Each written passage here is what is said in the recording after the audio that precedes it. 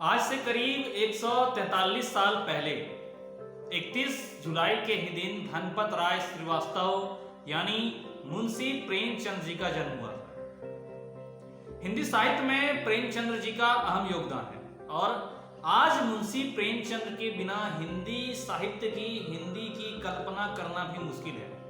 पर क्या आपको पता है कि लेखन की शुरुआत प्रेमचंद जी ने उर्दू से की थी और उन्होंने पहला उपन्यास सोजे वतन उर्दू में लिखा था।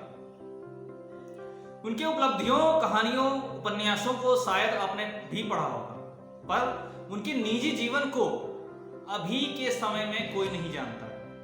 क्या आपको पता है उनके जीवन के अनछुए पहलू को उनकी पत्नी शिवरानी देवी ने अपनी किताब प्रेमचंद्र घर में नामक पुस्तक में उजागर किया है। उस पुस्तक में प्रेमचंद जी की धर्मपत्नी शिवरानी देवी ने उस पुस्तक में प्रेमचंद जी के निजी जीवन के बारे में कई किस्से लिखे हैं। नमस्कार, मैं उमेश कुमार झा और आज की इस वीडियो में हम आपको मुंशी प्रेमचंद जी के बारे में बताऊंगा, साथ ही उनके जीवन की कई अनछुए पहलुओं को बताऊंगा। तो बने रहिए इस वीडियो के अंत तक मेरे साथ और देखिए पूरी रिपोर्ट। धनपत राय श्रीवास्तव जो मुंशी प्रेमचंद नाम से जाने जाते हैं, वो हिंदी और उर्दू की सर्वाधिक लोकप्रिय उपन्यासकार, कहानीकार एवं विचारक थे। उन्होंने सेवा सदन, प्रेमाश्रम, रंगभूमि, निर्मला, गबन, कर्मभूमि, गोदान आदि लगभग 1.5 दर्जन उपन्यास तथा कफन, पूस की रात, पंच परमेश्वर, बड़े घर की बेटी, बूढ़ी काकी, 2 बैलों की कथा आदि 300 से अधिक कहानियां लिखी हैं। उनमें से अधिकांश हिंदी तथा उर्दू दोनों भाषाओं में प्रकाशित हुई है। उन्होंने अपने दौर की सभी प्रमुख उर्दू और हिंदी पत्रिकाओं जमाना, सरस्वती, माधुरी, मर्यादा, चांद, सुधा आदि में कई पत्रिकाओं में अपना लिखा है। उन्होंने हिंदी समाचार पत्र, जागरण तथा साहित्यिक पत्रिका हंस का संपादन और प्रकाशन भी किया। उसके लिए उन्होंने सरस्वती प्रेस खरीदा, जो बाद में घाटे में रहा और बंद करना पड़ा। हालांकि प्रेमचंद फिल्मों की पटकथा लिखने मुंबई आए और लगभग 3 वर्ष तक रहे। जीवन के अंतिम दिनों तक वे साहित्य सृजन में लगे रहे और महाजनी सभ्यता उनका अंतिम निबंध, साहित्य का उद्देश्य उनका अंतिम व्याख्यान, कफन अंतिम कहानी और गोदाम अंतिम पूर्ण उपन्यास तथा मंगलसूत्र अंतिम अपूर्ण उपन्यास माना जाता है। 1906 से लेके 1936 के बीच लिखा गया प्रेमचंद्र का साहित्य इन 30 वर्षों का सामाजिक सांस्कृतिक दस्तावेज है। इसमें उस दौर के समाज सुधार आंदोलनकारों, स्वाधीनता संग्राम तथा प्रगतिवादी आंदोलन के सामाजिक प्रभावों का स्पष्ट चित्रण है। इनमें दहेज, अनमेल विवाह, बिना मेल के जो विवाह होता है, पराधीनता, लगान, छुआछूत, जाति भेदभाव, विधवा विवाह, आधुनिकता, स्त्री पुरुष समानता आदि उस दौर की कई प्रमुख समस्याओं पर सभी प्रमुख समस्याओं का चित्रण मिलता है, जिनमें प्रेमचंद जी उनकी उपन्यासों के जरिए, कहानियों के जरिए उनको प्रस्तुत करते हैं और दिखाते हैं। आदर्शोन्मुख यथार्थवाद उनके साहित्य की मुख्य विशेषता है। हिंदी कहानी तथा उपन्यास के क्षेत्र में 1918 से 1936 तक के कालखंड को प्रेमचंद्र युग या प्रेमचंद्र युग कहा जाता है, प्रेमचंद्र काल कहा जाता है। प्रेमचंद का जन्म 31 जुलाई 1880 को वाराणसी, उत्तर प्रदेश के जिले के लम्ही गांव में एक कायस्थ परिवार में हुआ था। उनकी माता का नाम आनंदी देवी था, पिता का नाम मुंशी अजाय बराय था, जो लम्ही में डाक मुंशी थे। उनका वास्तविक नाम धनपत राय श्रीवास्तव था।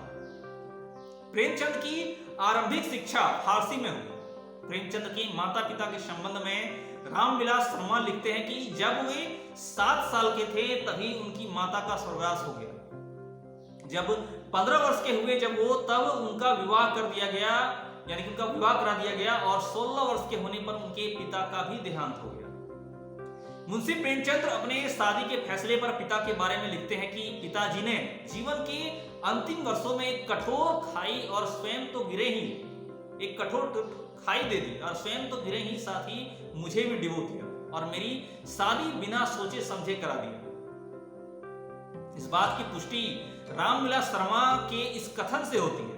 उन्होंने कहा कि सौतोली माँ का व्यवहार, बचपन में शादी, पंडित पुरोहित का कर्मकांड, किसानों और क्लर्कों का दुखी जीवन, यह सब प्रेमचंद ने 16 साल की उम्र में ही देख लिया।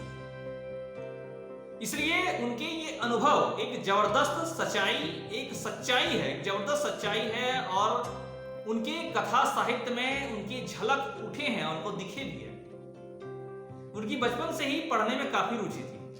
13 वर्ष की उम्र में उन्होंने तिलिस्म ए होशरुबा पढ़ लिया और उन्होंने उर्दू के मशहूर रचनाकार रतन नाथ सरसार, मिर्जा हादी रुशवा और मौलाना शरण के उपन्यासों से परिचय प्राप्त कर लिया।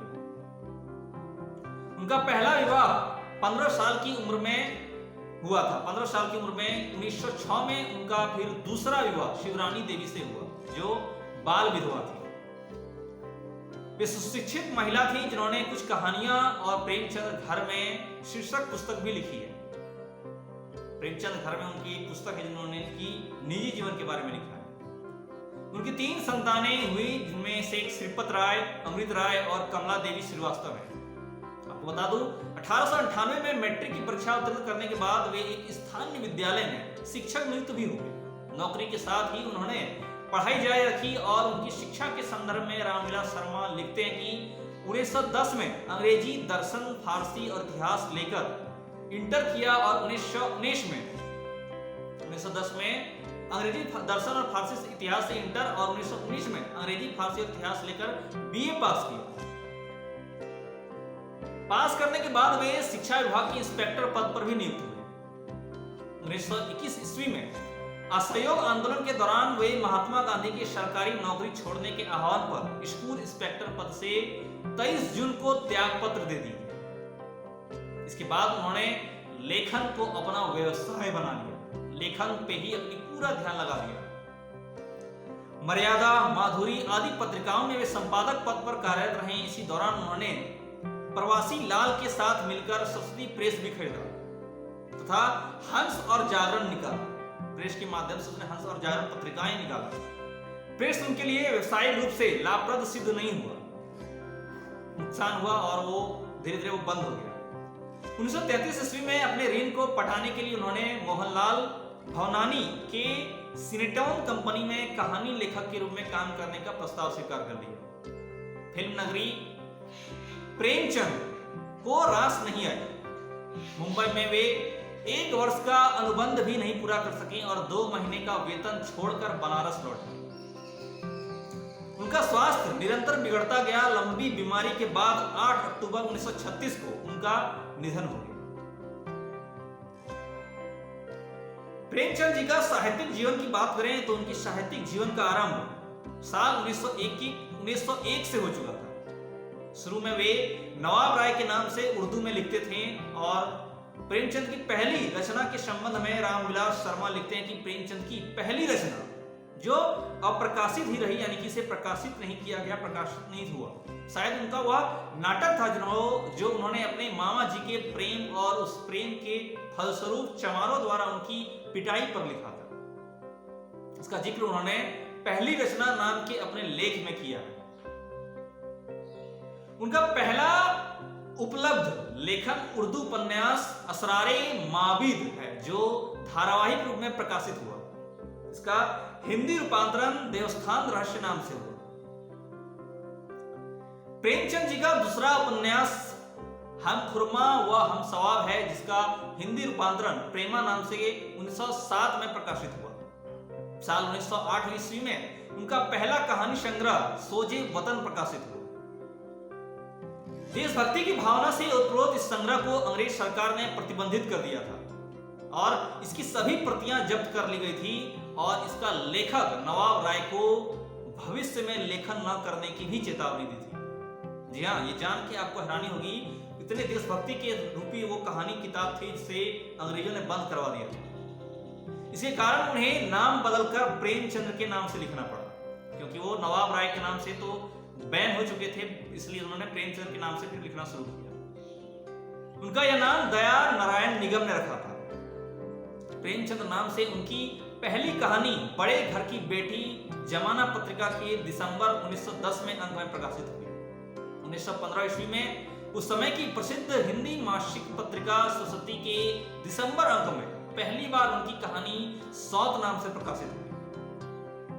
साल 1918 में उनका पहला हिंदी उपन्यास सेवा सदन प्रकाशित हुआ और इसकी अत्यधिक लोकप्रियता ने प्रेमचंद को उर्दू से हिंदी का कथाकार बना दिया। जो उर्दू के नवाब राय थे वो अब हिंदी के प्रेमचंद के नाम से ज्यादा अधिक मशहूर हो गए। हालांकि उनकी लगभग सभी रचनाएं हिंदी और उर्दू दोनों भाषाओं में प्रकाशित होती रही हैं। उन्होंने लगभग 300 कहानियां तथा 1.5 दर्जन उपन्यास लिखे हैं। आपको बता दूं, साल 1921 में असहयोग आंदोलन के दौरान सरकारी नौकरी से त्यागपत्र देने के बाद वे पूरी तरह साहित्य सृजन में लग गए। उन्होंने कुछ महीने मर्यादा नामक पत्रिका का संपादन किया। इसके बाद उन्होंने लगभग 6 वर्षों तक हिंदी पत्रिका माधुरी का संपादन किया। फिर वर्ष 1922 में उन्होंने बेदखली की समस्या पर आधारित प्रेमाश्रम उपन्यास प्रकाशित किया। वर्ष 1925 ईस्वी में उन्होंने रंगभूमि नामक बेहद उपन्यास लिखा, जिसके लिए उन्हें मंगल प्रसाद पारितोषिक भी मिला। 1926 से 27 ईस्वी के दौरान उन्होंने महादेवी वर्मा द्वारा संपादित हिंदी मासिक पत्रिका चांद के लिए धारावाहिक उपन्यास के रूप में निर्मला की रचना की। इसके बाद उन्होंने कायाकल्प, गबन, कर्मभूमि और गोदान की रचना की। उन्होंने 1930 में बनारस में अपना मासिक पत्रिका हंस का प्रकाशन शुरू किया। 1932 ईस्वी में उन्होंने हिंदी साप्ताहिक पत्र जागरण का प्रकाशन आरंभ किया और उन्होंने लखनऊ में 1936 में अखिल भारतीय प्रगतिशील लेखक संघ के सम्मेलन की अध्यक्षता की। उन्होंने मोहन दयाराम भवनानी की अजंता सिनेटोन कंपनी में कथा लेखक की नौकरी भी की। 1934 में प्रदर्शित फिल्म मजदूर की कहानी उन्होंने ही लिखी थी। आपको बता दो, 1920 से लेकर 1936 तक प्रेमचंद लगभग 10 या अधिक कहानी प्रतिवर्ष लिखते रहे और मरणोपरांत उनकी कहानियां मानसरोवर नाम से 8 खंडों में प्रकाशित हुई। उपन्यास और कहानी के अतिरिक्त वैचारिक निबंध, संपादकीय पत्र के रूप में भी उनका विपुल लेखन उपलब्ध है। प्रेमचंद जी की अधिकतर कहानियां में निम्न व मध्यम वर्ग का चित्रण है। एक आम निम्न मध्यम वर्ग के लोगों की कहानियां, उससे रिलेटेड संबंधित चीजें वो दिखाते हैं। डॉक्टर कमल किशोर गोयनका ने प्रेमचंद की संपूर्ण हिंदी उर्दू कहानी को प्रेमचंद्र कहानी रचनावली नाम से प्रकाशित कराया है। उनके अनुसार प्रेमचंद ने अपने जीवन में लगभग 300 से अधिक कहानियां तथा 18 से अधिक उपन्यास लिखे हैं। इन्हीं क्षमताओं के कारण उन्हें कलम का जादूगर कहा जाता है। जी हाँ, प्रेमचंद जी को कलम का जादूगर कहा जाता है। प्रेमचंद का पहला कहानी संग्रह सोजे वतन, जो राष्ट्र का विलाप नाम से प्रकाशित हुआ था, वह जून 1908 में प्रकाशित हुआ था और इसी संग्रह की पहली कहानी दुनिया का सबसे अनमोल रत्न को आमतौर पर उनकी पहली प्रकाशित कहानी माना जाता है। डॉक्टर गोयनका के अनुसार कानपुर से निकलने वाली उर्दू मासिक पत्रिका जमाना के अप्रैल अंक में प्रकाशित सांसारिक प्रेम और देश प्रेम, उर्दू में इसकी दुनिया और हुब्बे वतन, वास्तव में उनकी पहली प्रकाशित कहानी है। प्रेमचंद जी के नाटक भी शिल्प और संवेदना के स्तर पर अच्छे हैं। उनके हर एक नाटक शिल्प और संवेदना के स्तर पर कई अच्छे हैं, लेकिन उनकी कहानियां और उपन्यासों ने इतनी ऊंचाइयां प्राप्त कर ली थी कि नाटक के क्षेत्र में प्रेमचंद को कोई खास सफलता नहीं मिली। हालांकि बाकी नाटकारों से इनकी कहानी अच्छी थी, लेकिन इनकी कहानियों को ज्यादा तवज्जो दिया गया। ये नाटक वस्तुतः समारात्मक उपन्यास ही बन गए। आपको बता दूं, प्रेमचंद एक सफल अनुवादक भी थे। उन्होंने दूसरी भाषाओं के जिन लेखकों को पढ़ा और उनसे प्रभावित हुए और उनकी कृतियों का अनुवाद भी किया है।